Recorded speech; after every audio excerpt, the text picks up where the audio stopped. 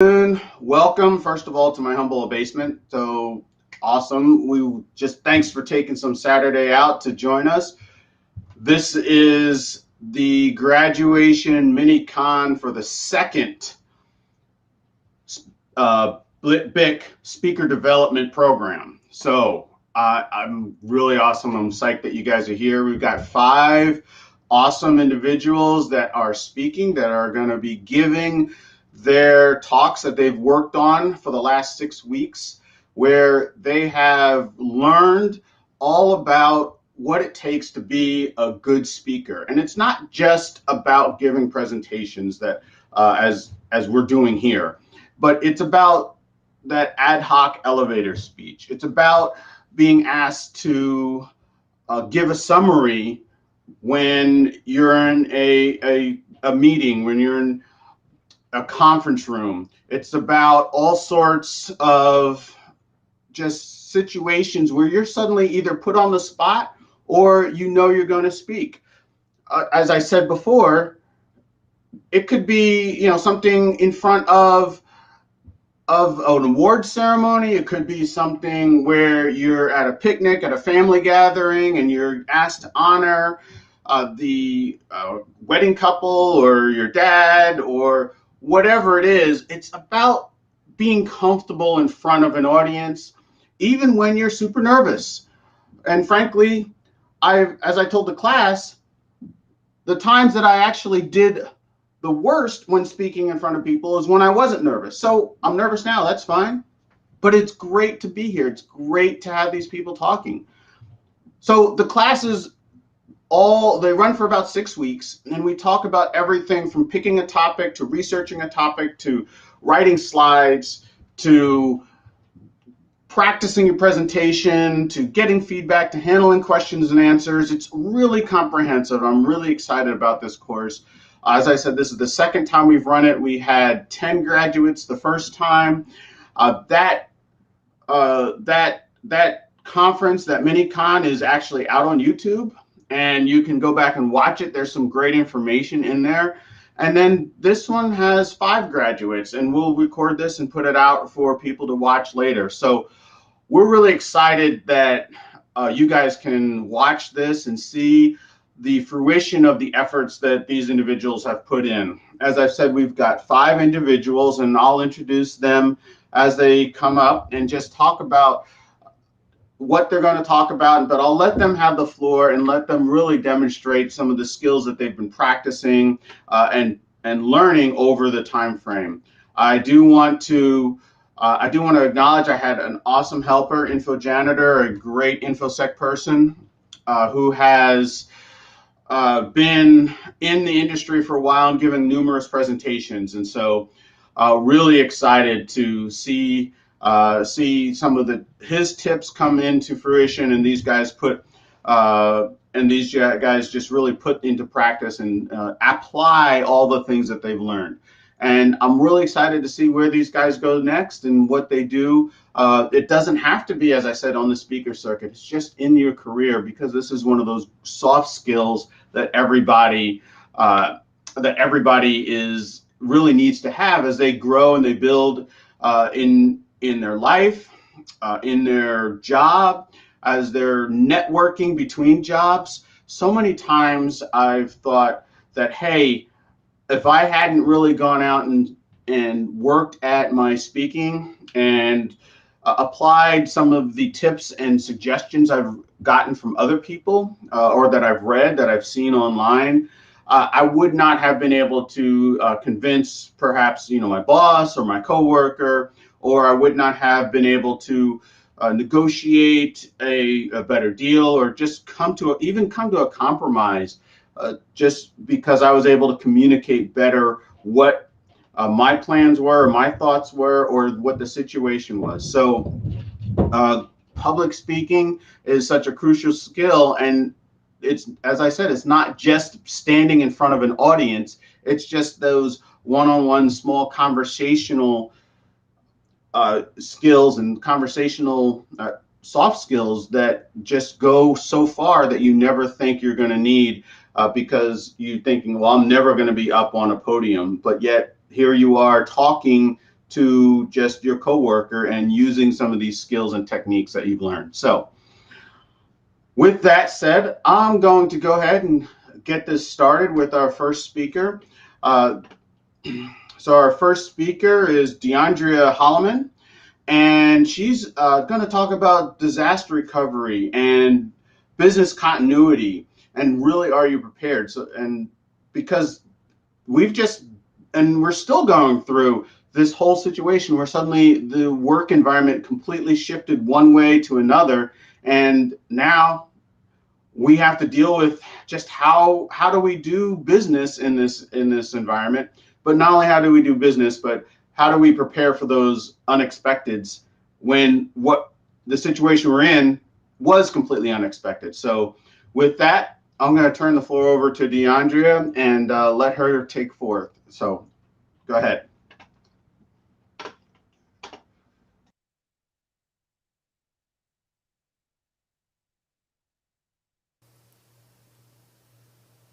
Hi everyone, my name is Deandrea Holloman and welcome to my talk today on business continuity and disaster recovery planning.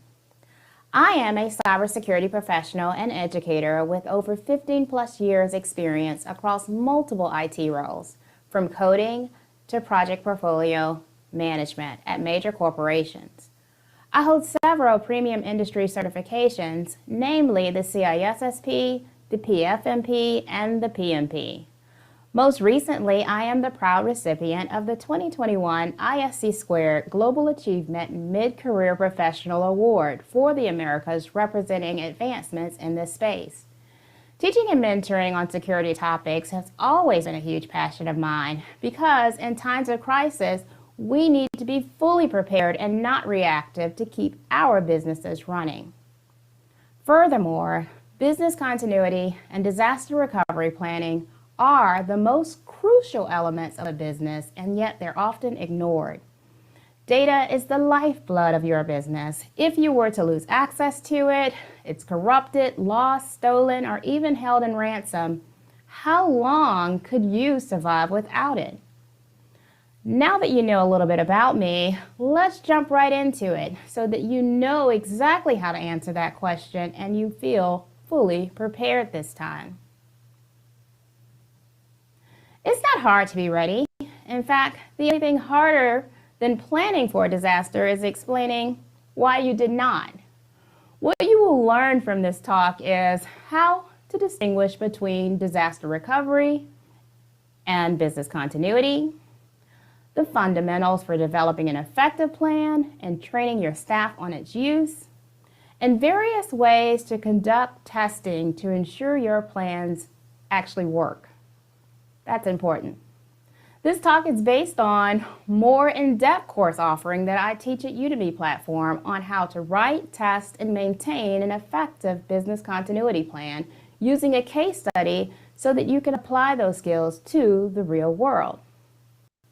It's a perfect start to revise or develop strong plans based on today's changing priorities.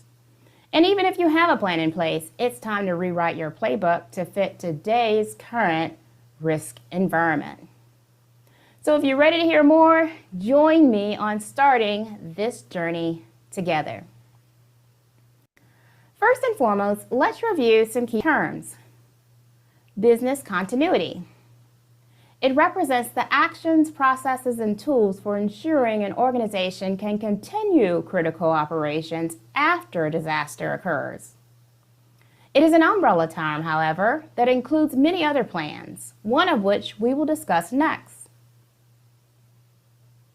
A subset of business continuity includes disaster recovery.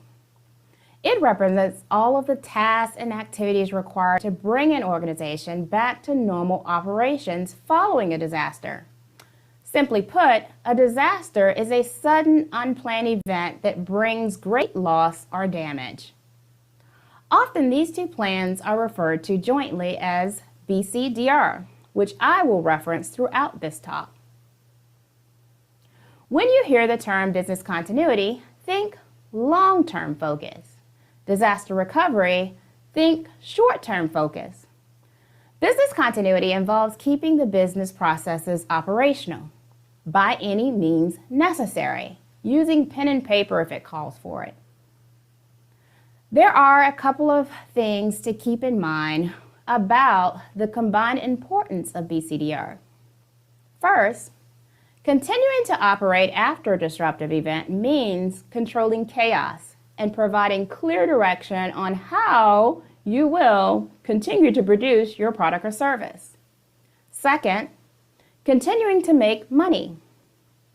Third, retaining customer confidence by protecting your reputation and brand. Fourth, returning value to your shareholders and investors. Being prepared ahead of time creates organizational resilience, and it can literally make the difference between surviving an incident or becoming an unfortunate statistic. Next, let's map cybersecurity and BCDR so that it can be ingrained in the DNA of an organization's culture. Often, people are disconnected with the two. Our risk factors are consistently moving targets. How? Let's look at a few of the things that have changed in our environment post the pandemic. Number one, we have the sudden and hasty move to the cloud. We are now mostly supporting hybrid environments. Two, working from home has led to sensitive data being shared on personal devices. Three, normal conditioning and decommission procedures simply are not being followed. I'm not telling if you're still holding on to that old laptop like me. Four, recovery time objectives, RTO, something we'll discuss shortly, is very different and challenged. And five, triage and retrospectives or lessons learned efforts. They're hampered in this virtual environment. What that translates to is that we are seeing more and more cyber-related attacks affecting day-to-day operations, and it's no longer isolated to finance and healthcare industries. Clearly, if you're watching the news headlines, ransomware attacks are taking total advantage of these vulnerabilities. Hence, BCDR and cybersecurity are interrelated. The terms of the CIA try to support the three pillars of confidentiality, integrity, and availability. Business continuity addresses primarily the information security goal of availability to keep our systems and data running. There are 6 key phases of business continuity management. And think of it in terms of a project almost. There's project initiation, defining things like scope, schedule, and budget. The ultimate outcome here is to obtain senior leadership approval and commitment. Next, we have business impact analysis, determining what are the critical business functions and processes, along with the resource requirements necessary to sustain operations. Recovery strategy. How are you going to back up data based on those priorities? And finally, I'll bundle writing, testing, and maintaining those plans at the bottom. In lieu of time, today's talk will cover what is arguably the most important 2 phases in the entire process. Business impact analysis, which is used to determine the recovery priorities, and testing to ensure those plans actually work. Business impact analysis focuses on criticality. The team creating the BIA, as it's referred to, will need to look at the organization from many different angles and use information from a variety of sources. Let's review at a high level some of those considerations. It's important to understand the chain of consequences to identify upstream and downstream impacts. For example, let's just say we have a few threat agents out there, maybe a hacker or a bot herder, and they launch an attack using certain vehicles, such as email attachments, USB drive, or maybe even a software backdoor, to exploit specific vulnerabilities, Perhaps if they're internal or external, they become aware of an unpatched server, weak passwords, or discover a control allows unauthorized access, which in turn bypasses those preventive security controls we have in place and is able to impact an entire function. For example, payroll, causing an outage where no one gets paid. It may appear to be only one level deep initially, but it may have other impacts we aren't aware of. Hence, without seeing the bigger picture, we could risk rating the impact of that specific vulnerability as low, and as a result, not devote enough resources to mitigate that threat. However, I am pretty sure that if you didn't get paid, that would become an urgent issue for the organization to resolve. The golden rule here is that risk assessment should be aggregated and rated similar to the matrix that you see here on the screen. On the vertical axis, you can see the likelihood rating. What's the chance of something happening? And on the horizontal axis, you see the consequences of the rating. What is the significance if that thing actually does happen? When planning, you go through your infrastructure, your networking, your HVAC system, and all of your assets, finding those sweet spots to mitigate risks that fall in the high or the extreme, the yellow or the red categories, that are likely to happen, and if they do, they will result in catastrophic impact, so that we can make sure we have adequate protection. Let's take a look at an actual disaster recovery timeline to review a few more key terms. We're moving along. Regular day-to-day operations. Everything's good. Then suddenly, we have a crisis. Looking at the bottom of the screen, fortunately, your organization predetermined that it is only willing to lose up to 8 hours of data, which is your RTO recovery point objective, and hence backups to the cloud are scheduled accordingly. Phew, almost, right? During that time that it will take to recover from this disaster, many key decisions will need to be made quickly by your leadership, along with clear lines of communications on various platforms to your employees, partners, customers, shareholders, and so forth.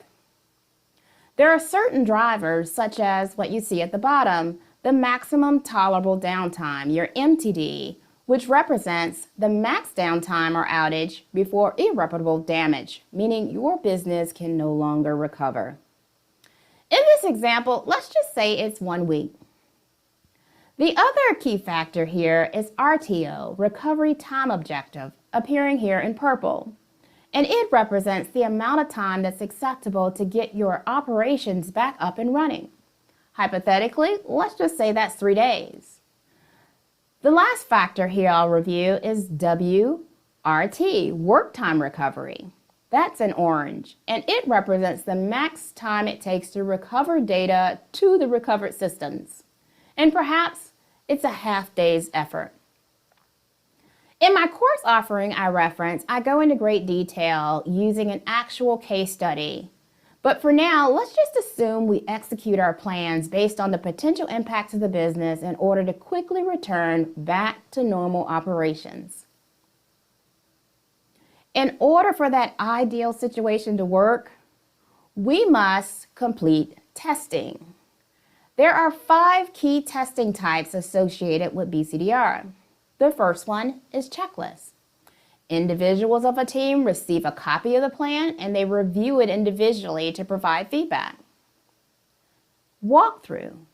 Members gather together and role play a disaster situation in the same room preferably. Simulation.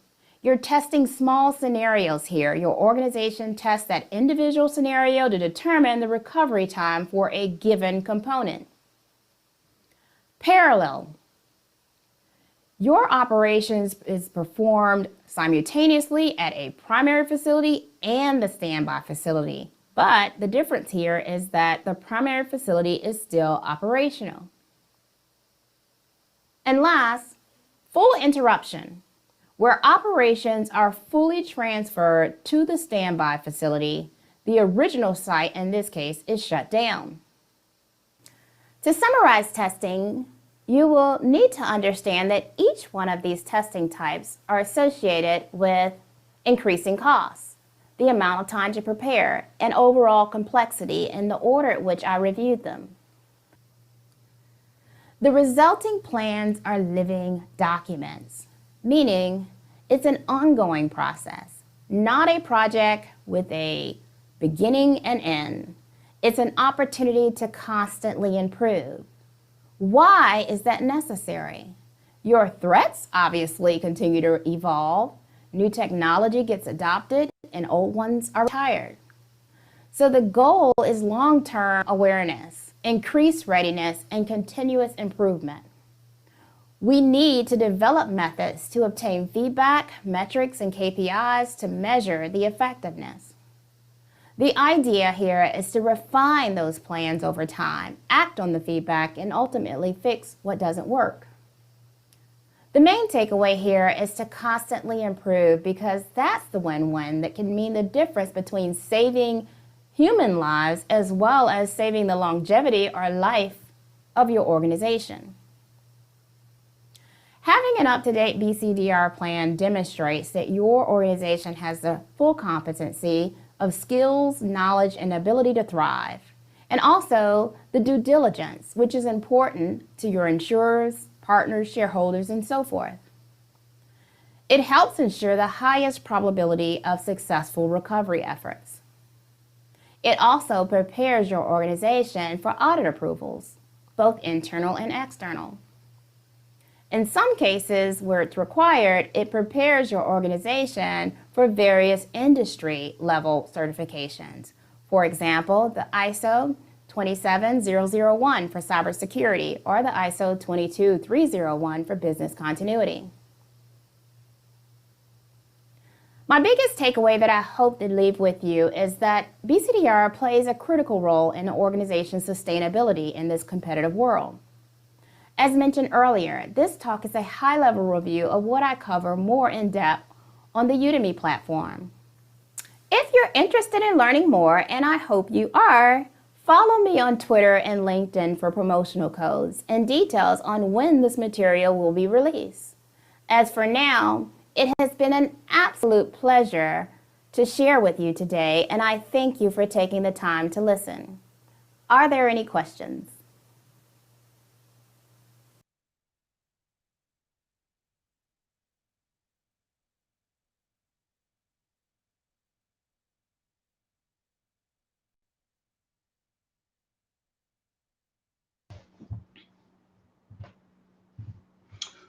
Awesome. Thank you much. Checking the chat to see if anything comes across that Deandrea can answer. She's chatting. She's not quite able to jump on right now, but she is around. So awesome job. Thank you so much. Again, boy, I tell you what, DR is one of those things that people kind of put off because they never think about it. They say, it's just not going to happen to me. But yet here we are in a situation. I think she said this during presentation. If not, she definitely mentioned it when she's talking about it.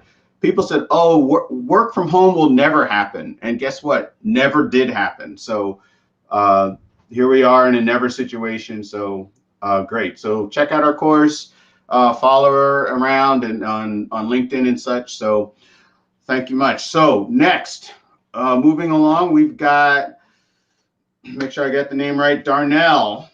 And he is going to be talking about end user security and really just helping end users be more security aware. I mean, we've had user security training, seems like for 15, maybe longer years. Just forever, right? And if you're in security, this is a little bit annoying because you're being tested on what you've told everybody else.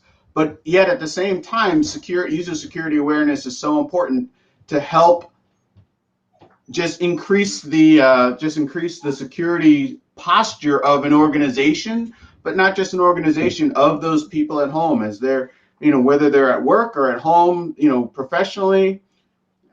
Well, my camera's a little off. Apologize for that.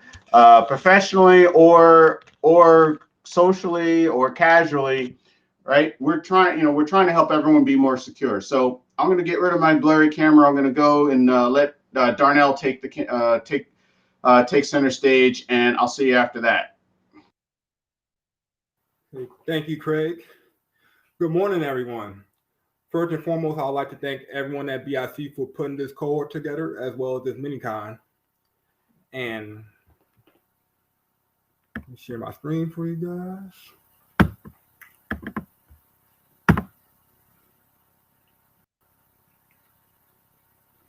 Yep. And today, I will be presenting to you my talk titled, sorry about that. Okay, I am Darnell Ware, and my talk is titled Technically Challenged, Lessons in End User Security. Okay, so a bit about my background. I currently reside in Philadelphia. I currently serve as a system administrator within the defense industry. Prior to my current role, I have served in various IT support roles that include in the fintech as well as the healthcare industry. My education background includes earning my bachelor's from Shippensburg University of Pennsylvania. In addition to that, I also hold many industry certifications, most notably Security Plus, ServiceNow Certified System Administrator, as well as AWS Cloud Practitioner. Now, the thing we'll touch on today will include defining what is end user security, identifying the various types of attacks, the resulting impact and consequence of those said attacks, as well as methods to prevent or mitigate future attacks. Now, before we proceed, I ask that any question or comment that you may have be reserved until the end. I want all of you to gain as much value as possible from this presentation. So with that being said, we'll jump into it. So let's kick things off by defining what is user security. In the chat, can you all drop a word you think of when you hear the term user security?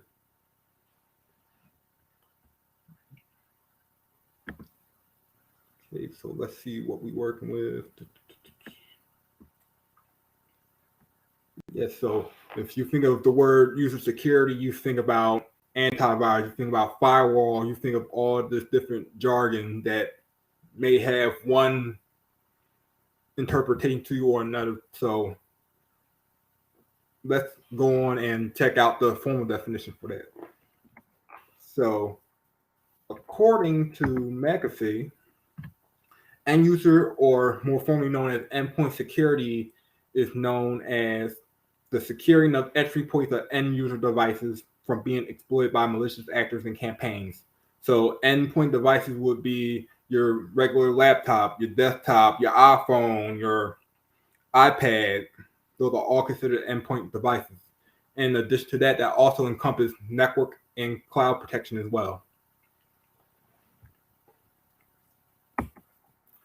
Now that we've gained an understanding of what is endpoint security, let's find out what we're trying to protect ourselves from by discussing some of the attacks that we may encounter. Okay, now the first one that we'll highlight is phishing. It is one of the most common methods of attack. So it's actually funny. So, for example, just this week, I was actually attending another virtual conference. And during that conference, there was actually a live phishing expedition going on, where there was a link floating around LinkedIn where it's alleged that it would take attendees to the conference. But it was actually reported that it would actually ask attendees to enter credit card information as well as their LinkedIn credentials. Now, however, the actual conference organizers have set up the ticket processing via Eventbrite and mentioned upon purchase that the link to the conference will be sent via email that attendees have registered with. So the next one I want to touch on is password attacks. Now, similar to phishing, this method can be simple or complex in terms of obtaining access. Two of the more basic methods of password attacks is brute force, which is essentially just using the character combos to gain access, as well as dictionary, which is common word, number, and symbol combinations. So if I can use an example, I'll do something simple. So say that you're a hacker and you're trying to hack the Krusty Krab accounting. And let's say this person who does the counting is Squidward. If you want to brute force the attack, you'll use several different character combos to gain access. So based on whatever open source reconnaissance that you may have done, you can use simple things like Clarinet 123 or Krusty Krab 123, in which dictionary attacks, they will actually leverage the most common words and number combinations that's used overall and try to actually figure out what will be the actual password in terms of actually getting into that system. Now, the next one I want to touch on is malware. Now, malware, it primarily interferes with regular system functionality. It comes in various forms, most notably adware, spyware, which discreetly captures your data, ransomware, which can lock your data in exchange for a payment, as well as zero-day exploits, which are known exploits that are seen in new software that's currently in production. When we discuss attack impacts, we'll illustrate these attacks and the consequences of such attacks. So with that being said, we identify different ways that we can be attacked. So now let's take a look at the possible consequences and impact of those attacks if successful with these examples. So the first example I want to touch on is the Podesta email link. So for context, the picture I have here is of John Podesta. At the time, he was the chairman of Hillary Clinton's 2016 presidential campaign. In the weeks leading to the election, John received an email that was allegedly from Google that stated his password was compromised. In reality, it was a group of Russian hackers called Fancy Bear who leveraged malicious URLs to gain access to John's account, as well as other high-profile figures in a large-scale phishing campaign. Now, the impact of this phishing attack had arguably drastically swayed the sentiment of American voters in the weeks leading to the election. And I actually have here a copy of the actual email that he received. Now, as you can see here, it seemed like it's pretty basic, right? It says, hey, John, someone used your email, try to sign to your Google account. Now, when I first saw this email, I'm like, it looked kind of sus. But the biggest takeaway I saw from this was the domain of the sender, which is accounts.googlemail.com. Now, Google does not have a domain with this naming convention. But in actuality, the real domain name is noreply.accounts.google.com. So rather you're doing a password reset, rather you're doing two-factor authentication in terms of trying to access any Google application, this is the domain that you need to look out for. Anything that is aside from accounts.google.com may be malicious, and you may want to put that into your spam folders. And my next example will be the Colonial pipeline attack.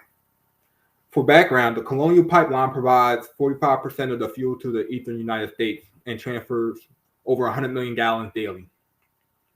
Now, a hacker group known as DarkSide successfully penetrated Colonial's network via human error and initiated a ransomware event. This event forced them to suspend their systems, which disrupted fuel supply for about a week.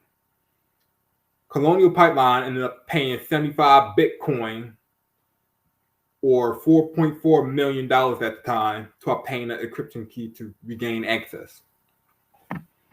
And to give you perspective as far as how large of a scale that this attack was, I actually have a map of the entire pipeline. So as you can see, it's stretching from Houston all the way up to the New York City area. So when this attack occurred, it had a major impact on a large portion of the United States. Now, my third example will be the Zoom and their zero-day exploit. So in 2020, we all use Zoom in one way or another in terms of staying connected during the height of the pandemic. But according to security firm ZeroPatch, they discovered that there was a vulnerability in the Windows client, which would allow a hacker to hijack an end-user PC and take remote control over it. Fortunately, it only affected machines running on Windows 7 or earlier, but there was still a third of Windows users that were still running the operating system at that time. Now, upon discovery, Zoom later released the following update that would be able to patch the vulnerability. Okay, so now that we know what endpoint security is, ways that our endpoint devices can be attacked, and the impact of the system compromised, now that we gain all this knowledge, we got to ask ourselves, how can we stop it or at least prevent these events from happening to us? This now leads us to looking at the tools and techniques that we have available that we can use to mitigate or even prevent similar attacks from occurring. Now, the first tool I want to highlight will be security suites. These typically provide the best overall value in terms of protection. The packages typically include antivirus, firewall, spyware, and malware protection. Some of the major vendors that offer these include Bitdefender, Kaspersky, as well as McAfee. Now, the features that I mentioned may also be offered a la carte as standalone offerings from some vendors. For example, you may like the antivirus protection of McAfee, but you also like the spyware and malware protection of Kaspersky. So you may be able to want to implement an environment that includes multiple vendors to be able to provide the best security for your architecture. Okay, the next tool I want to highlight will be a password manager. These can serve as a very secure option where you can consolidate all your passwords into an encrypted vault and utilize one password. Now, in addition to that, you can also leverage multi-factor authentication in order to add an extra layer of security in terms of having access to your passwords. Now, some of the more popular vendors that offer this service include LastPass, Dashlane, as well as Bitwarden. Now, another solution that we can implement is what I touched on already, was multi-factor authentication. If you're a large corporation like Colonial Pipeline or someone who's accessing their banking app, third parties are likely accessing your system from a variety of business reasons. Whether that be mobile, biometric, or physical, this creates a layered defense in which make unauthorized access more difficult. Now, some of the offerings available for multi-factor authentication include authenticator apps such as Dual or Google Authenticator, hardware tokens, YubiKeys, as well as biometrics such as your fingerprint, your iris, as well as your face. Okay, now another solution I also want to highlight as well would be implementing continuous patching. With patching, you will ensure that your application and operating system has the most updated software, which will ensure that your system is less susceptible to attacks. As of recent, Apple has actually pushed out a security update for all iOS devices, which serve to repair a bug that was discovered that will make devices vulnerable to spyware. Okay, and the last solution I want to highlight would be, I believe most important, is training and education. If you're a business environment, you and the rest of your team should make the investment in regular training to ensure all involved are aware of the current threats and discuss what procedures that you have in place if an attack occurs. In the case of individuals, don't be afraid to take the incentive. As I mentioned earlier, regarding the Apple update, understand why the update is needed, how will it benefit the performance of your device. Some of the well-known platforms I suggest people stay up to date on the current tech news include CNET, PC Mag, as well as The Verge. In terms of social media, I always encourage people to follow experts that are reputable. What experience do they have? What platforms have they previously been on? What have others in and out of the tech industry have said about them? Okay. So, awesome. So, we made it to the end. So, all of you now possess the fundamentals of what end user security is all about. You know the threats that can be possibly attack your devices. You are more aware of the impact that those attack and if they are successful, and you know some of the solutions that you can begin to implement in order to mitigate or prevent a security event. So, And the one big takeaway I have for you guys is whether you're the VP of a Fortune 500 company or just someone who want to be more conscious of their digital footprint, you have to be the first line of defense. With most of our world being ran on technology in one form or another, and over the past year alone, we have seen tremendous growth in terms of the utilization of our digital identity. I encourage everyone to have a healthy level of suspicion when it comes to protecting your data. So once again, I want to make sure that all you guys are aware and to be encouraged to be the first line of defense in terms of your security of your data. Now, I hope all you guys were able to get tons of value from this presentation. If you have any further questions or comments, you're more than welcome to connect with me via Twitter or Instagram, as well as LinkedIn. If you were to have a more in-depth conversation, you can also shoot me an email as well.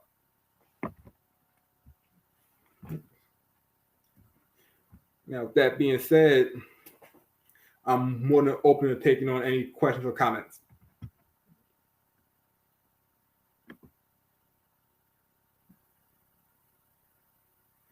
Okay, I see Amani here said, what was the human error that allowed DarkSide to gain access?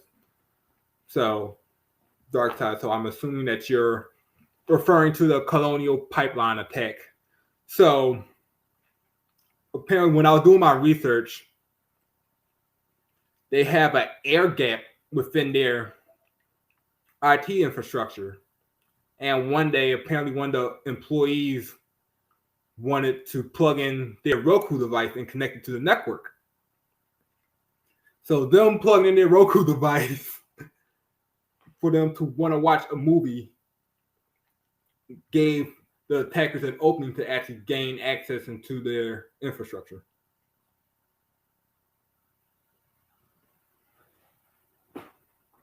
So I can definitely shoot you the link to that story. That was when I heard about that, I was like, wow. Like I said, when it comes to fire sticks and all that junk, I say keep all the fun stuff at home because you don't want to be the person with the smoking gun in terms of a security breach.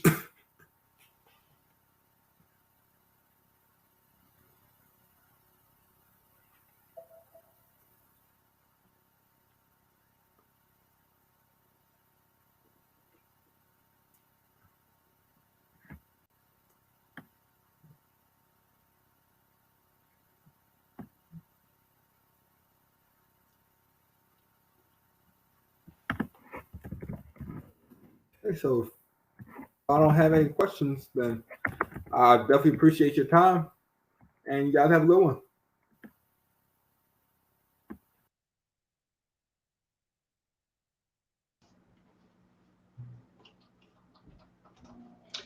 Awesome. Thanks, Darnell. Appreciate that.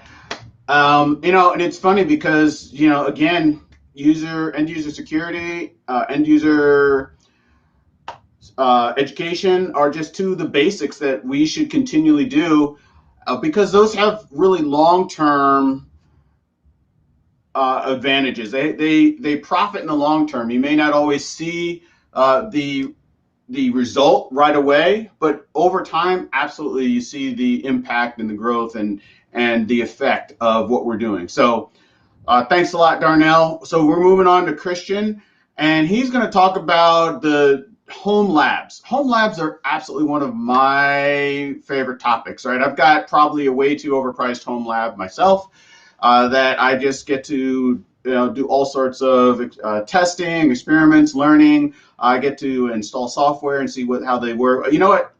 I'm going to let Christian talk about home labs and have him tell all the cool things that can be done with that. So Christian, go ahead, take it away. Thank you. Appreciate it. Good morning. How's everybody doing? My name is Christian. I'd like to talk to you about setting up a home lab and the importance of having a home lab. I'm a system administrator for various companies. I've got 3 jobs now.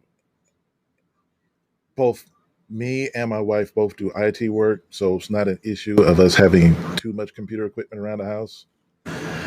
And we like to mentor a couple of kids in the neighborhood. And if the money is around, we do try to get them equipment so when they go to college, they have something to start off with. But on to my presentation.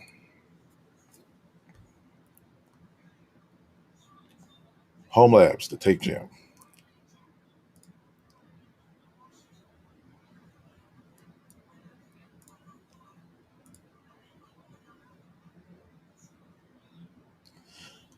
What is a computer lab? A computer lab, just like a gym, is a place for you to build up your skills, get better, get stronger, and get faster.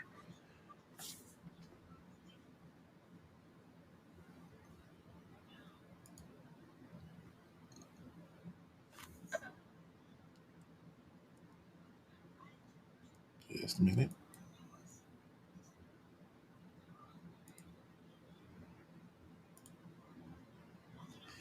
The way to get better is to develop your skills. May they be a new skill, a complementary skill, or just improving the skills that you have already.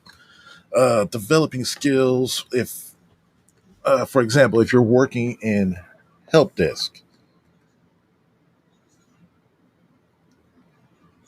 Okay, sorry, don't listen to questions. If you're working at help desk and you're just doing basic troubleshooting for end users, your next level for you to get better will be to automate certain functions, like automatically run the scan, virus scan,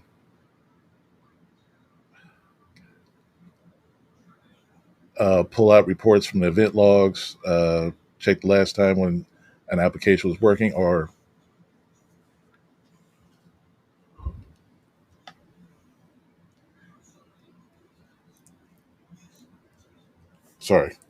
find better ways to troubleshoot what you're doing. Um,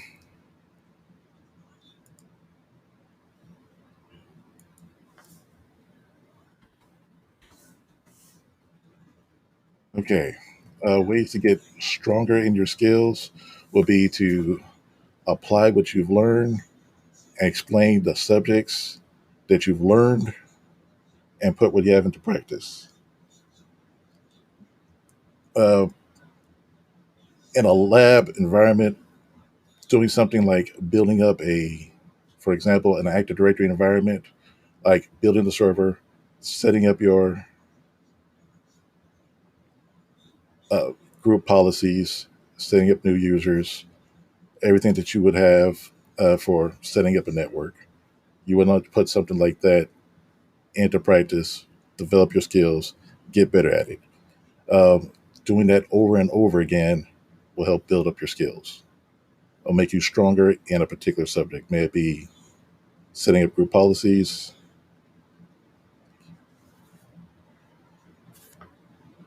sites and services,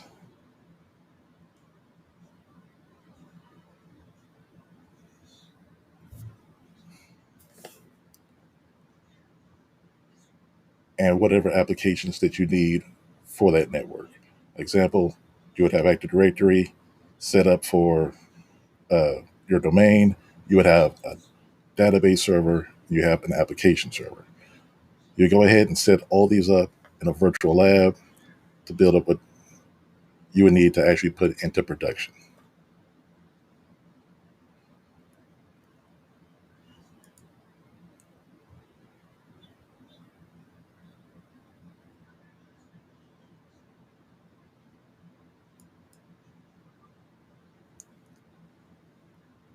After putting what you've learned into practice, doing this over and over again and replication, just like you would do in exercises, would actually make you stronger.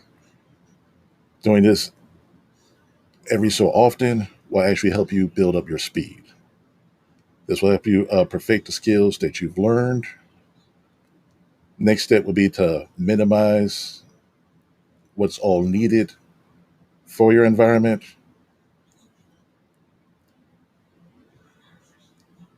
It'll help you build up your reflexes on what's next is needed.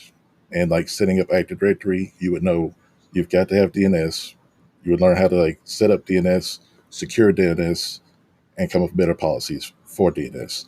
If you're going to set up DHCP doing practice, you would know exactly all the steps for each role and service. Doing this over and over again will help you get faster, build up your reflexes, and after a period of time, your techniques will become secondary.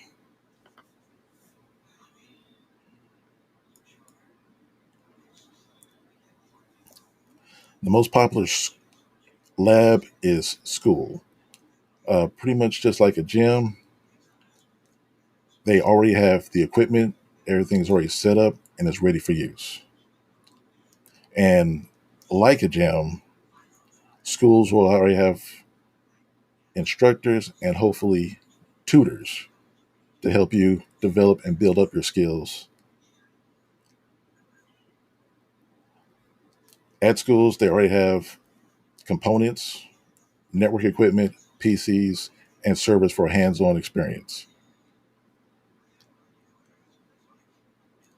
Schools are a great place to start learning habits, but if your subject needs more time, this is when you need to start getting a home lab put together. Do what you need to do at school, then go home and practice again.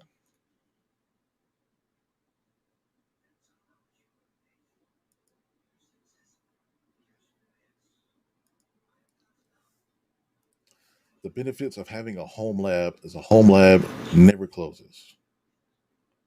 At a home lab, you can practice and build up self-confidence and develop your skills in the privacy of your own home. Just like at a gym or school, if something happens to the building, like the water pipes bust, power outage, anything that's not within your control, you will not be able to go to school to set up and practice your skills. But if you have everything set up in a home lab, you still have a place to practice and work.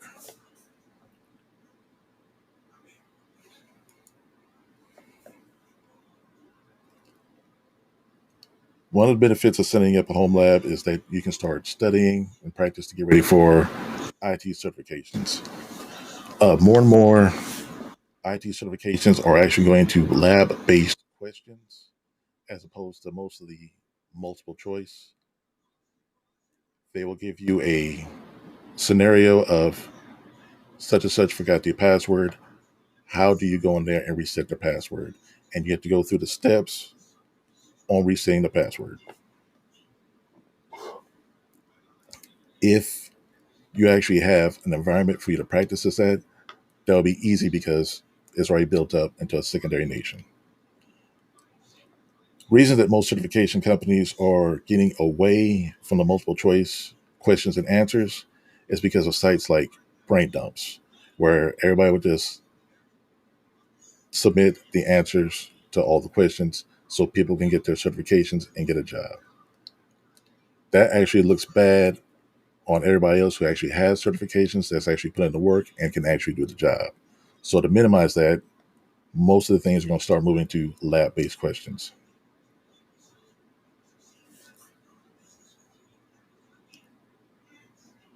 With a lab, you can go through case studies, practice it, figure out how to make it work, and improve your skills, and figure out the next logical step.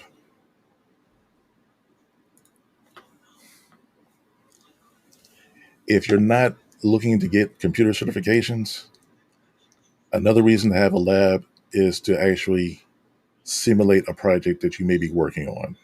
Setting up a new client with a whole new network, how many services are actually going to be needed.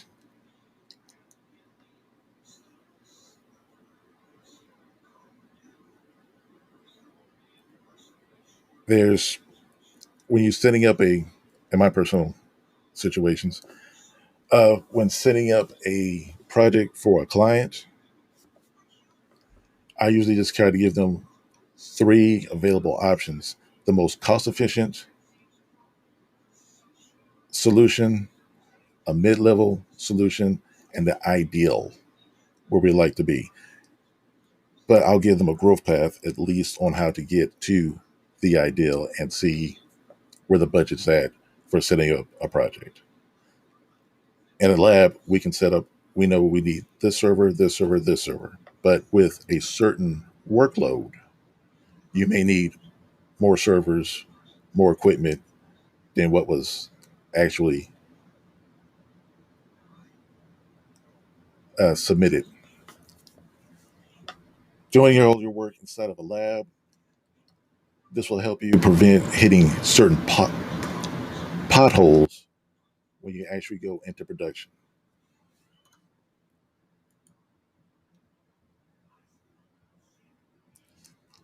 There's different types of virtual software that you can run. Virtual software can be ran on the smallest, most basic computer or laptop. Different types are Hyper-V. If you're running Windows 10 Pro, it comes in free. VirtualBox is another free one. VMware Workstation Player. And I personally use VMware Workstation Pro. Depending on your needs, you can just get along with the basics until you start building up from there. These are also known as Type 2 hypervisors. Again, they're quick, easy. Most of them are free and can run on basic PCs, the most basic of PCs.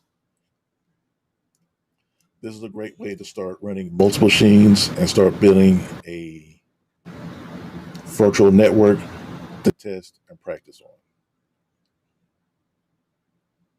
Depending on what you're doing now as a career or what you plan on doing later, Microsoft Hyper-V that you can run on Windows 10 will be the same that you'll run on Microsoft Hyper-V Server, which will be ran in most data centers. So running that will build up your skills for your next level job.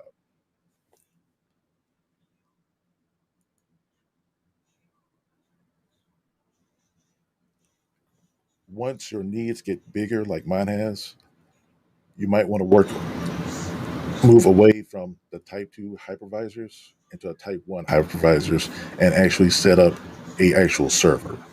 There's a Microsoft Hyper-V server, VMware, and Proxmox are the three server-based virtual server Hyper-Vs that I have used before personally.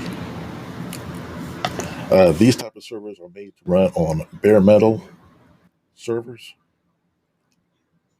and the advantages of the software is that they're made to optimize the hardware and the RAM for your virtual machines.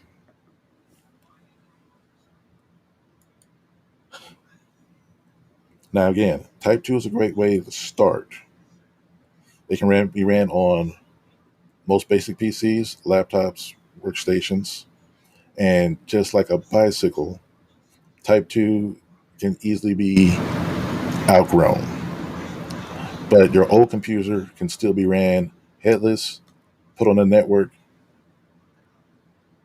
and you can upgrade your personal computer and just have that on the side, still running your virtual machines that you have set up for your lab. As you get better with your skills, you're going to start needing to get better equipment. And depending on the budget, you may need to start setting up a home server like I have.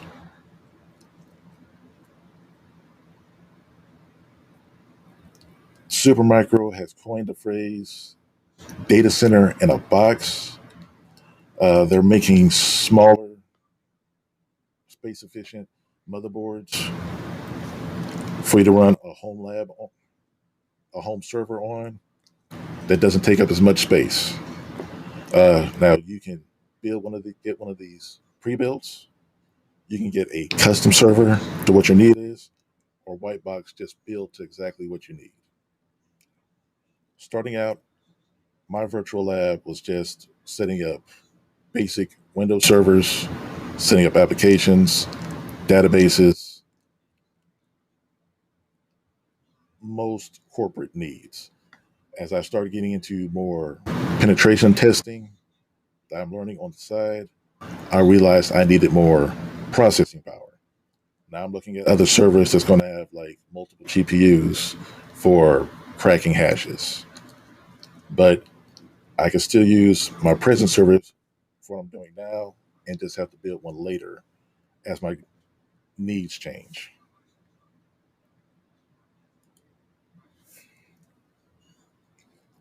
A return on investment on a home lab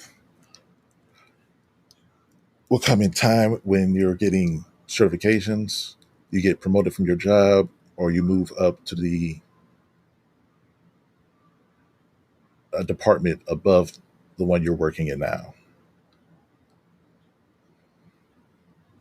This will come. This will come with a raise and more money, and help you get a return back on what you spent on your present home lab. But like most investments, you have to make sure that your money is spent wisely, your time is spent wisely, and you still have to put in the sweat equity of putting in the work. And sometimes it helps to have, just like a workout buddy, an accountability partner. Someone that's going to sit there and have you studied this, have you checked this, something that's going to help you build up your skills.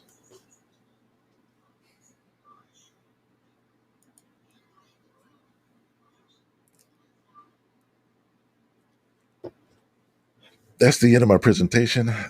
I'll be more than happy to take a few questions. If you have any questions about hardware, my setup, or any recommendations, please let me know.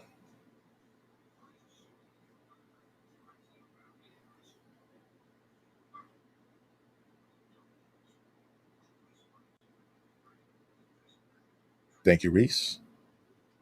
Hope I said the name right. Any other questions out there?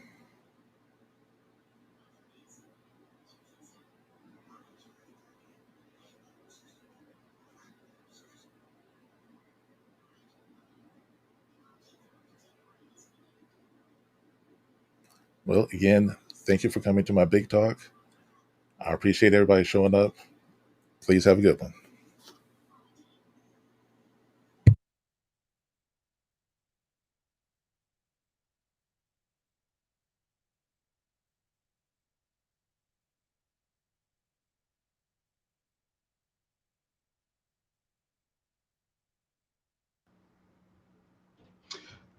All right. So let's see, Christian, you did have a question that came up real quick. Hugh wants to know, what cloud platform do you think is best for building a home lab? I don't know if you're still in the studio, but you can either type it or jump on and answer either way. Can you hear me? Yeah, we can hear you. Right. From some of the peers that I've talked to, they've actually liked Google better. Really? Okay. And one of the kids that I've actually tutored, he has all this stuff set up in AWS. Uh, the hours that he said it was like the cheapest was like 2 to 4 o'clock in the morning. So he said that like he would actually just go to bed early, set his alarm clock, get up, do his lab work for about 2 hours to save money, then shut everything back down, take a nap, and went ahead and went to work. But going into the cloud, you'll just have to see what your lab's going to consist mostly of: processing work or hard drive space or just network bandwidth, and then figure out which one of those is going to be the most cost efficient. Right. I think that's good advice. I'm going to add also that it depends also on what you think you're going to get the best out of learning. So, for instance, if your company or your career is slanted more toward AWS, then it probably would behoove you to use AWS, because then you'll both be building the lab and learning AWS skills at the same time. So that I would throw that in there also as a consideration. Does anybody else have any other questions?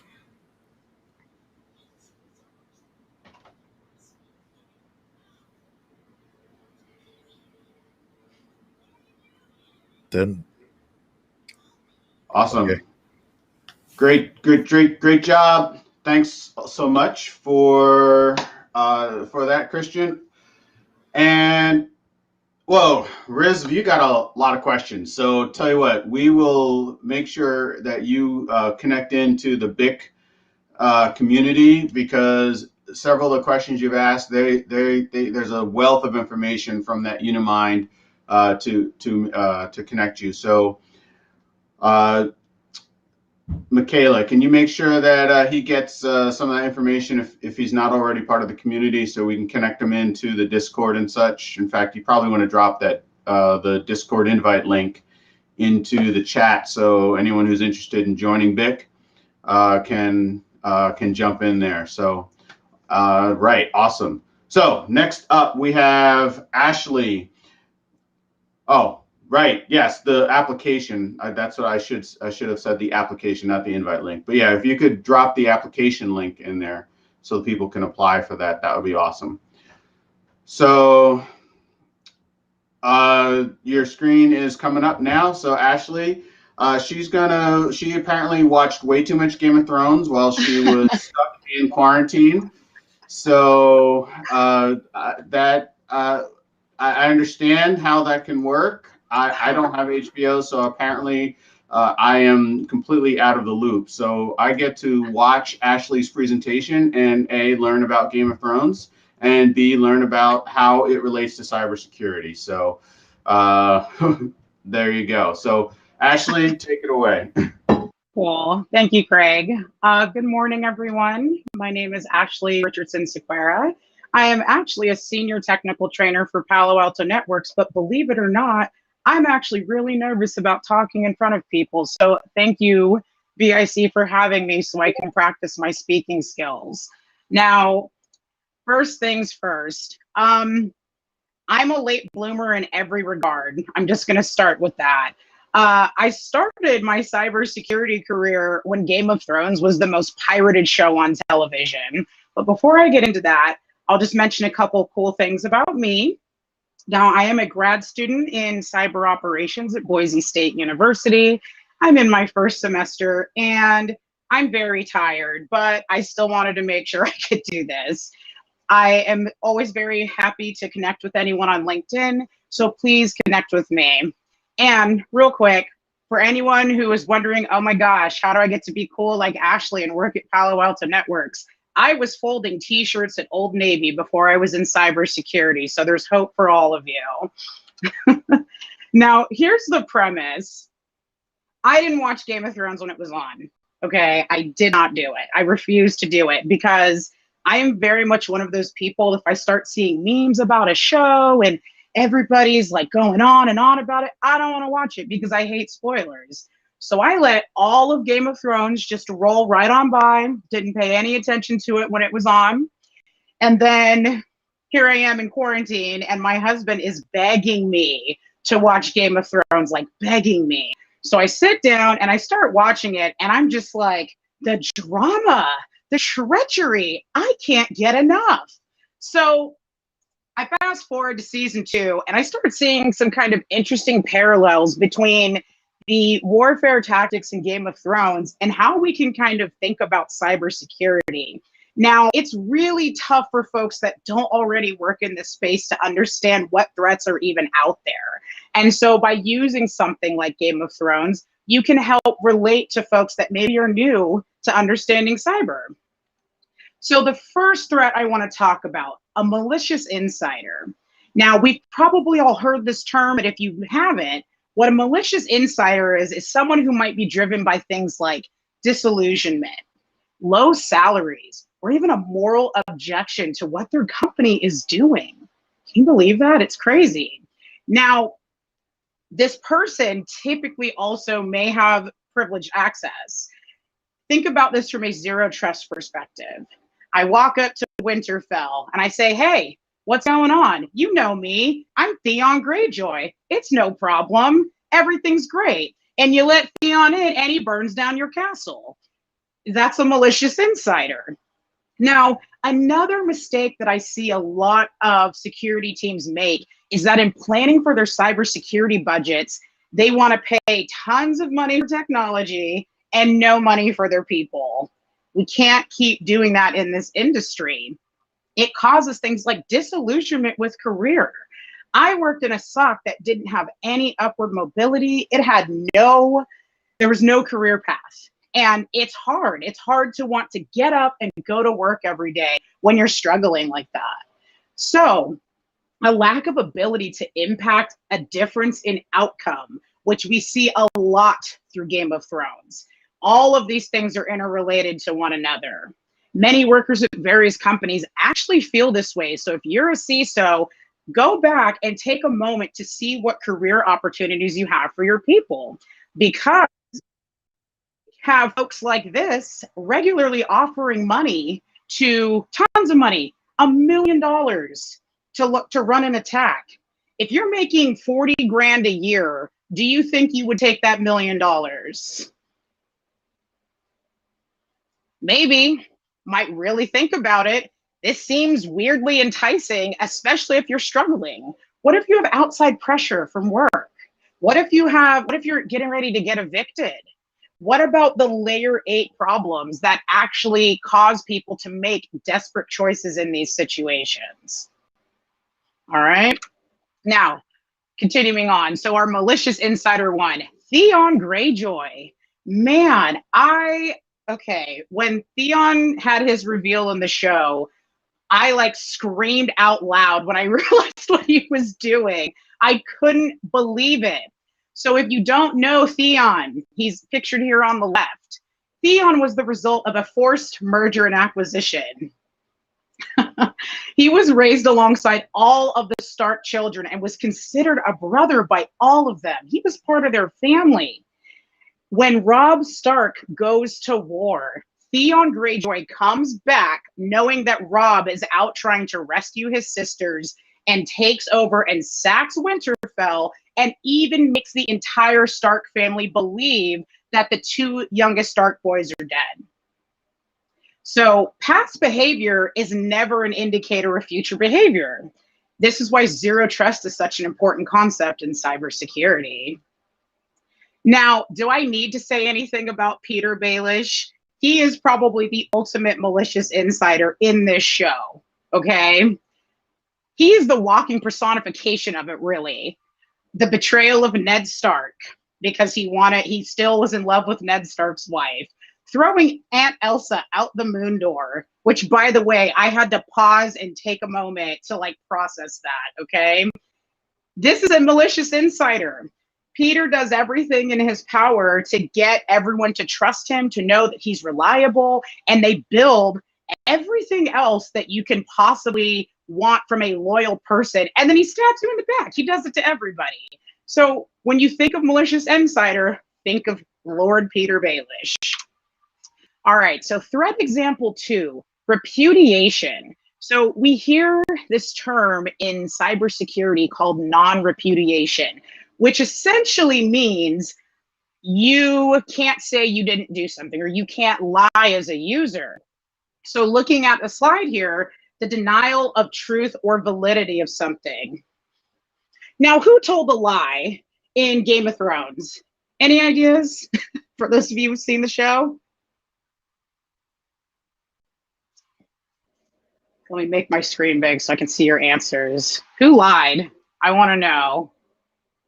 Well, now I can't watch Game of Thrones. I'm sorry. Okay, so Sansa was the liar. Sansa was the liar here. So why do I reference Sansa? I'll get there. Now, modern day repudiation.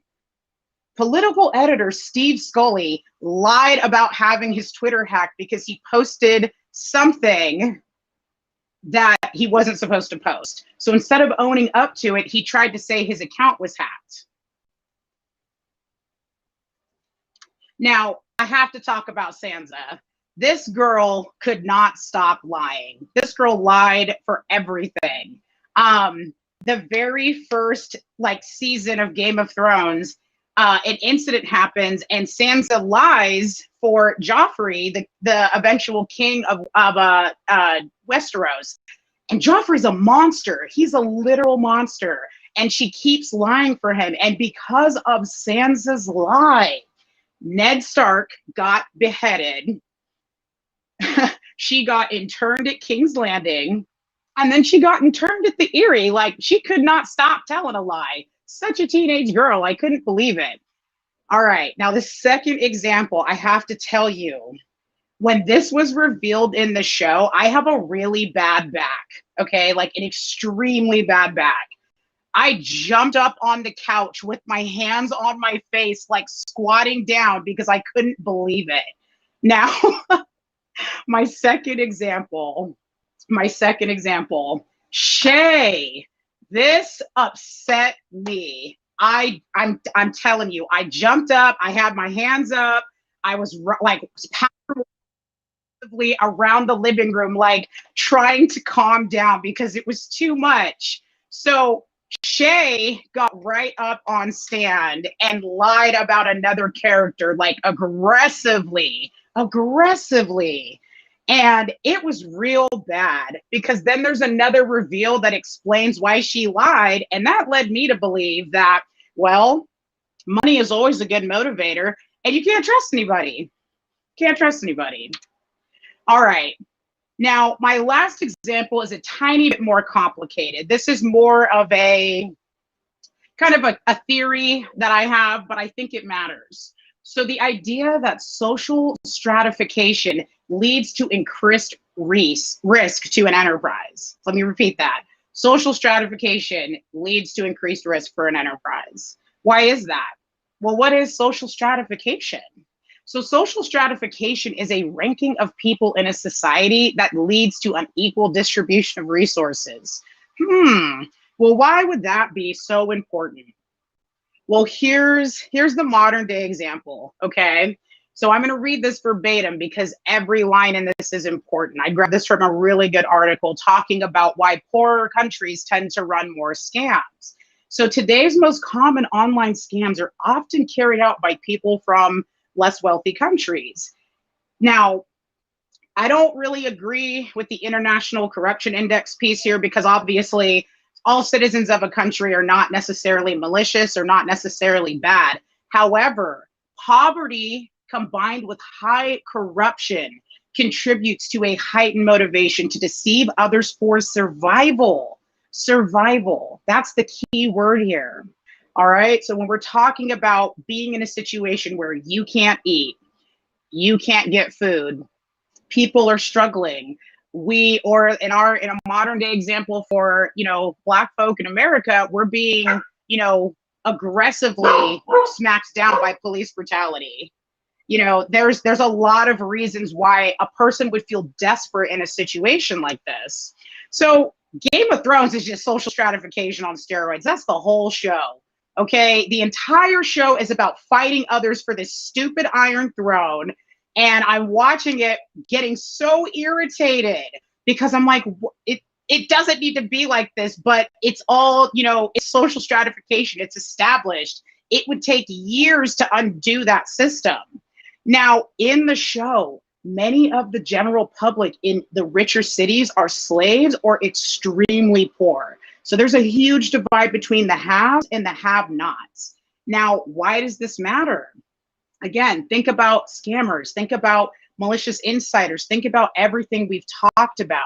Part of what makes people make poor choices is when they believe they are backed into a corner.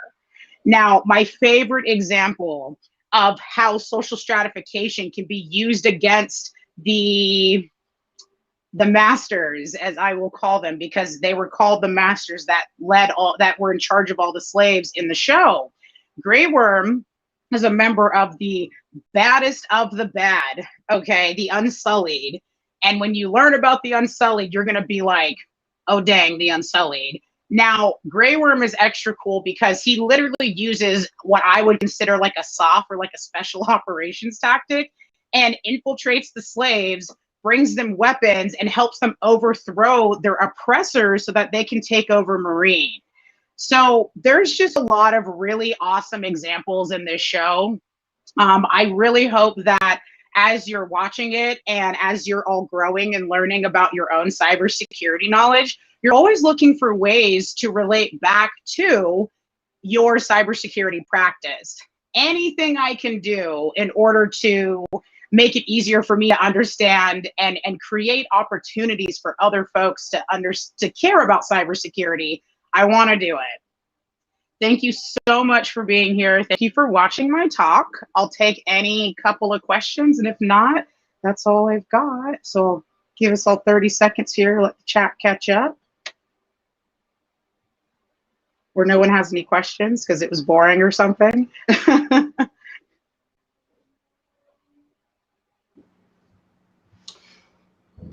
Awesome. Thank you, Ashley. We'll No give it a problem. couple more seconds to, like you said, let everyone catch up. And although most of the chats are come through fairly quickly. So great job. Thank Great you. job. So, you've completely spoiled Game of Thrones for me, but I'm sorry, but I will tell you that you can still watch it and still be surprised. There's plenty of mystery. Plenty of mystery. Well, I'll tell you what, I have to confess, I had read most of the first book already, and so that was that. So there are definitely a lot of spoilers there, although I understand that it does go off book for a while. But all right, awesome. So thanks so much. So we're going to close out now. Thanks for everybody who's being here. So one more, Yasmin is going to talk to us. Oh, crud, I moved the program, so now I got to go double check. She is going to talk to us about MITRE ATT&CK. So apparently we cannot actually have a security conference of anything, and we have gone this long without mentioning MITRE ATT&CK. So thank God Yasmin's here to correct that that problem and fix that for us. So so I look forward to that. So you just finished your that certification, did you not? Yes, I did. Awesome. So we're looking forward to hearing about the MITRE ATT&CK and other things. Frankly, I am proud to say I don't have an ego. I've worked very hard on that. So, no, all right, little dry humor there. So I'm going to let you take it away because that's why I am not a comedian. So. Thank you, everyone. Well, hello, everyone. My name is Yasmin Brathwaite. Thank you for joining me today. I'm excited to be here to talk to you about behavior mapping using MITRE ATT&CK, because your ego could be attacking your cyber posture. Before we start, here's a little bit about me. I'm a security analyst with at least over 3 years of experience in cybersecurity. I hold a degree in criminal justice and a minor in photography from Drexel University. I also hold CompTIA A+ and Security Plus certifications, and I recently acquired the MITRE ATT&CK Defender MAD certification. I'm also an alumni of NPower, a nonprofit organization that helps with technology basics. And I am a huge food lover, enjoy yoga, and creating content for my site, Security of Mind. In this presentation, I will cover the MITRE ATT&CK framework. I will couple the MITRE ATT&CK framework with behavioral mapping of the human mind. I will show you useful tools and resources for mapping incidents and our goals. I will also explain how we can use MITRE ATT&CK to map our behaviors and improve our cyber hygiene and posture.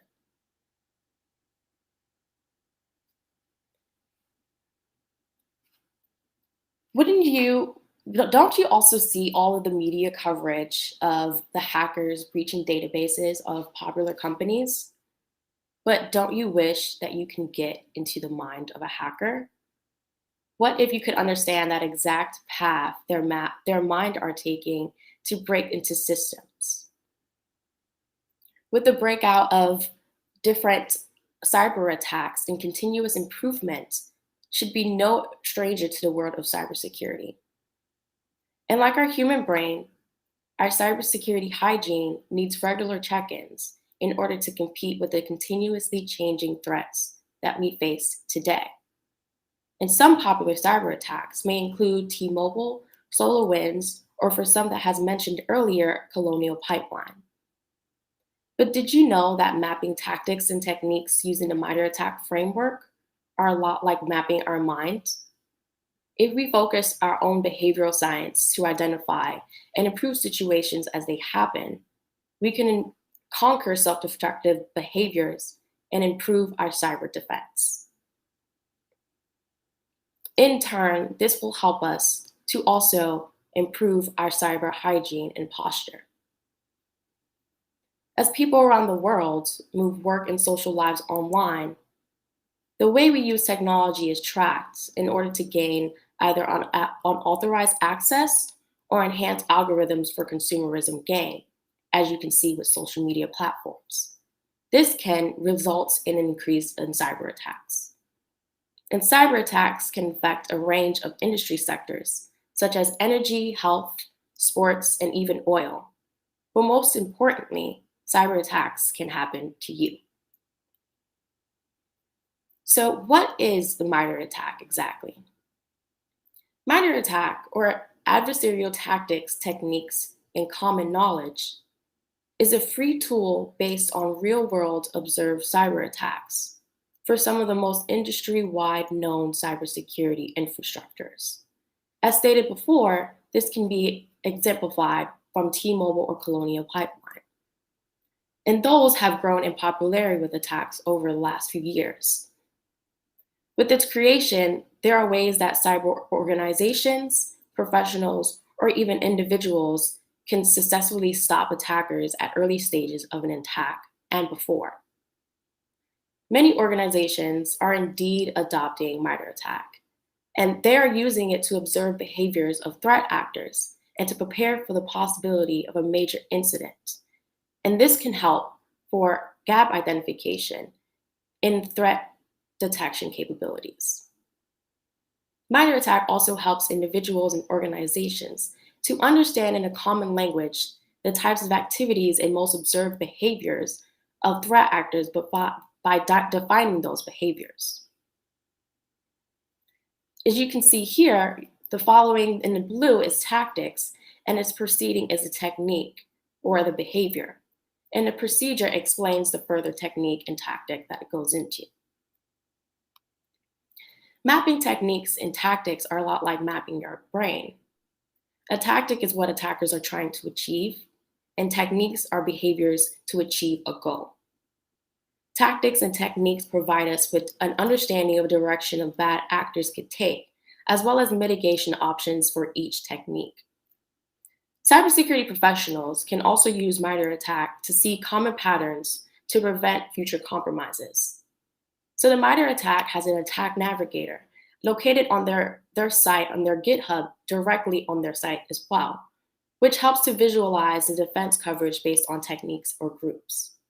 This, also known as a heat map, can be used for teams to develop actor profiles, conduct activity trend analysis, and develop a report of findings for incident response. Red, blue, and purple teams can also use this to understand current gaps in the network and to advance security operations, as well as understanding third-party assessments. Here's an example of a heat map. Teams may manipulate the cells in the matrix by color coding, adding a comment, or assigning numerical value in order to set different criteria and define what coverage is needed for its organization. This specific heat map maps Cobalt Group, which is a group, threat actor group, that specifically targets ATMs. So how does this relate to mapping our mind? Well, mindfulness is a state of involvement of being present, and it can strengthen neurological systems that are important for emotional regulation. This then allows for development of self-awareness, which then modulates one behavior, or self-regulation. If we identify and improve situations as they happen, we can conquer all of those self-destructive behaviors. But like the tactics and techniques in MITRE attack framework, the tactics and techniques can map specifically towards our mind. An example would be tactics for the mind or what you are trying to achieve, which can include changing your mindset, developing purpose, improving self-image, or overcoming fear. And in response, those techniques can match a behavior of those tactics. For example, meditating would be a great behavior in order to change your mindset. Journal would be a wonderful way to develop purpose. Visualizing your life and your self-path will help to improve self-image. And repeating positive affirmations daily can help you to overcome fear. It is okay to not have all of the answers, because channeling your energy in a better direction allows for strategic outlining and alignment. That kind of awareness spreads positive practices daily. Now we can map our mind to threats, now that we know a little bit about MITRE ATT&CK and mindfulness. Alongside mapping cyber incidents in ourselves, if we identify the practices that help to prevent attackers from causing security breaches or stealing personal information, we can ensure a better incident response if a successful attack occurs. This will help in terms of detecting phishing campaigns by identifying common phishing lures. When mindful practices are actively repeated throughout our lives, we can become mindful of our everyday behaviors, and that can lead to protecting our online presence and digital information. Mindfulness can also heighten a person's present state, which then improves awareness to aid in the detecting of phishing. Digital mindfulness can help prevent phishing. And in order for that to happen, you may stop, think, and act before clicking something or clicking a link. And even the briefest pause leads a better decision to a majority of the time. Some digital practices that we could be mindful about includes multi-factor authentication, or using different modes of passwords or authentication in order for you to secure your accounts. Maintaining an antivirus software on your system can also prevent threats from entering your network. Adding safeguarding measures for your email, like filtering, can help you to understand common phishing lures. Understanding how your data is also shared and your metadata, and how that is used against you, people you know, and people you don't know. Those are ways that you can definitely practice digital mindfulness. We can become more aware of our practices by increasing our cognitive behavior to allow a decrease in threat susceptibility. But why should you be concerned? Well, for security professionals, or if you are security professionals, or a part of any technical analysis team, MITRE ATT&CK and behavior mapping could spearhead cyber initiatives to identify gaps. You can gain value in tools that are used daily for threat detection, and ultimately make all individuals better at their jobs. Behavioral mapping in MITRE ATT&CK allows you to understand behaviors or groups that's more likely to target your organization. You may identify similar groups or follow the tactics and techniques through the cyber kill chain for appropriate mitigations. For others, you may also discuss findings of MITRE ATT&CK techniques with other teams to spot suspicious activity and allow for effective communication to strengthen your defense. Personally, you may study threat actors to become informed of yourself or the threat actors themselves on how to keep a good cyber hygiene and safely keep a healthy digital presence online. By understanding attackers' patterns of behavior, we can recognize behaviors of threat actors before they do strike. If we monitor the media for security news and articles and read at least one technique or group every quarter, we can increase awareness of security risk and MITRE ATT&CK. And using MITRE ATT&CK to break out into cybersecurity will help you to improve your skills and develop skills needed for your career. Before we end this presentation, there's a few things that I would love for you to keep in mind. It is important that you use the best method, best fit for you or your organization. Have the goals that you want to achieve and a purpose that you want clearly in your mind, and use tactics and techniques in order to map out those individual goals or behaviors that you would like to achieve. With improvement through awareness, individuals can become ready to detect additional techniques that are beneficial to both organizations and personal individuals to detect attacks. And this can include phishing attacks. Awareness within ourselves and others holds the potential for transforming everything in our digital lives. Together with behavioral mapping, we can make the digital world a safer and more secure place. Thank you all for your time and for listening. If you have any questions, please contact me on LinkedIn or on Instagram at Security of Mind. Thank you all.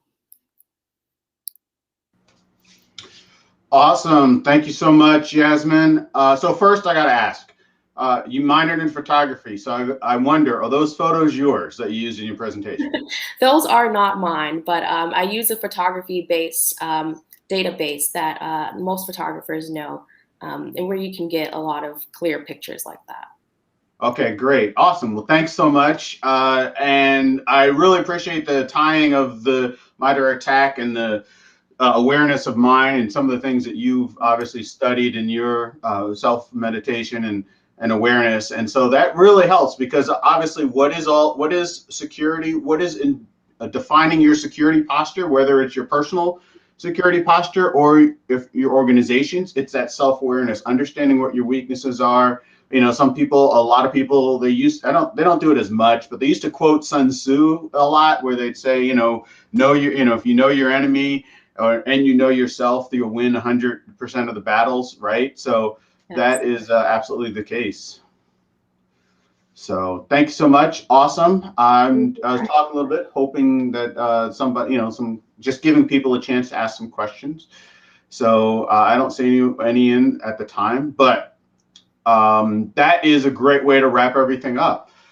So with that, I want to thank everybody for coming, really showing up to these talks for the second annual, well, it's not annual, we've done it twice this year. So the second speaker development cohort, and with these folks, with Yasmin and Ashley and Darnell and Christian and Deandrea, I mean, I've just seen these guys learn a lot, apply a lot of these things of what they've learned in their speech and their speaking, as well as just taking the information and the knowledge and the skills they currently had and really growing in that. And I just look forward to seeing you, Yasmin, and everyone else continuing forward and doing great things, whether it's on public speaking or just in your careers. So awesome job at that. So with that, I can go ahead and give some closing remarks.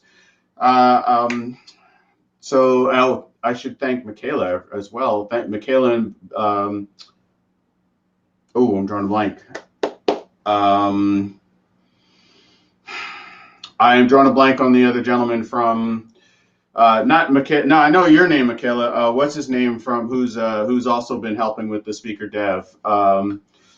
So I'll post it later. I apologize. Well, definitely Janitor, who has been a great help and assisting me, and I appreciate that. So, Garrison, I was saying to Garrison. So many of the folks in BIC have provided a lot of support. So if you so thank you for them. Thank you for a great program. Thank you for Michaela, whose vision and energy, really a lot of energy, has driven and grown that organization and really benefited a lot of people. So I'm totally impressed with that. I remember the first meeting that we had and meeting in that small room with maybe 25 people, and so it's grown to almost, I think, over 1,000 people. Is it, Michaela? I've lost track. So 14,000. Wow, I'm way under. So that's amazing. So great job, and so look forward to that. So we'll be having another one of these, another cohort. So look for announcements probably in the early, or I should say late winter, early spring. Look for announcements coming up with that. We've got other, BIC has the winter event coming up. I know, keep lookout for that. There'll be talks and events, and there'll be workshops that will be going on with those things with BIC, and just just really trying to educate with cybersecurity, get more diversity in cybersecurity, as well as help out those of us who are in cybersecurity to continue to grow their skills, both soft skills and hard skills, and increase opportunity. So with that, I'm going to go ahead and close out. Thanks a lot. I appreciate everybody coming out. Have a great weekend. Stay safe. Stay safe out there. This talk will be out for review, so spread the word, send it out. It's both an awareness and just education. We had some great speakers that really conveyed a lot of good information. So with that, take care and have a great day.